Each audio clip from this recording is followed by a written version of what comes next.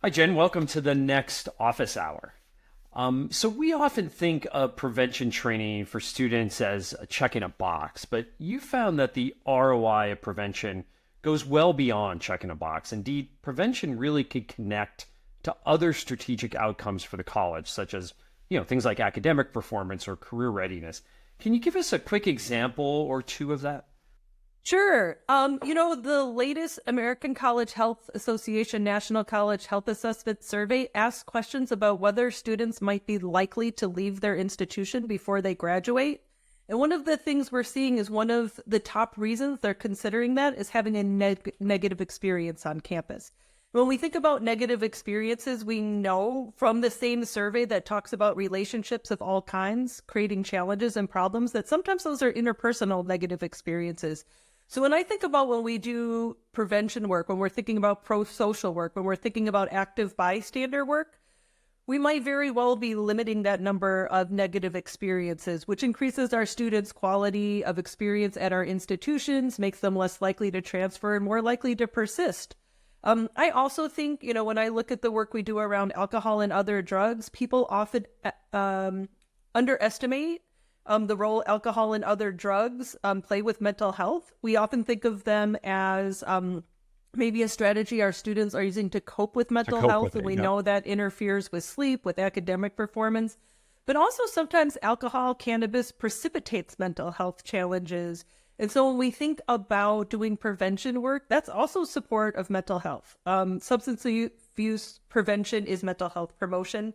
And then lastly, I think about over the years with the prevention work that I've done with student athletes and thinking about their leadership. And again, those active bystander skills, those are the notes that I get back from people when they're in med school, when they've joined the armed forces, to say, this was a new concept to everyone around me. And I was a leader on day one because we had done this work. Yeah. So prevention training sometimes is also checking a box for even those who work at the institution. So can you tell us a little bit more about your work with Vector and the importance of using evidence-based training and how you use data around social norms in particular?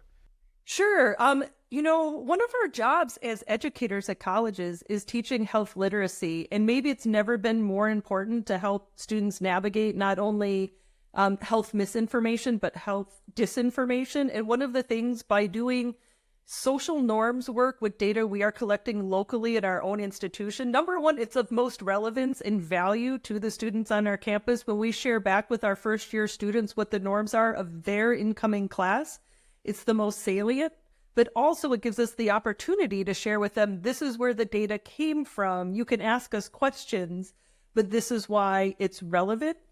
The other thing that I think is interesting, is we use that also to educate those student mentors who are working with our first year students, so that, we might use last year's data as we're doing RA training in the summer, or student athlete mentor training, or orientation leader, to help get them in the headspace of what our incoming first year class is like.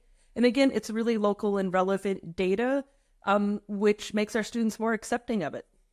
But we know we have large norms, misperceptions on our campuses around substance use and other behaviors.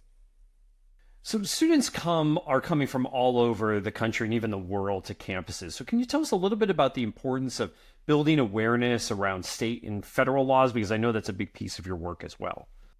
Sure, and it's really relevant for us here in Minnesota. Adult use cannabis was legalized here on August 1st of 2023. So one of the things we made sure we did is in the alcohol and other drug segment of Vector, we included about the Minnesota state law, but actually what that meant for us as a campus that accepts federal funding, and how use would not be allowed on campus, making our international students aware that it was still federally illegal and could jeopardize their visa status, and certainly letting our students know that adult use law was for people 21 and over.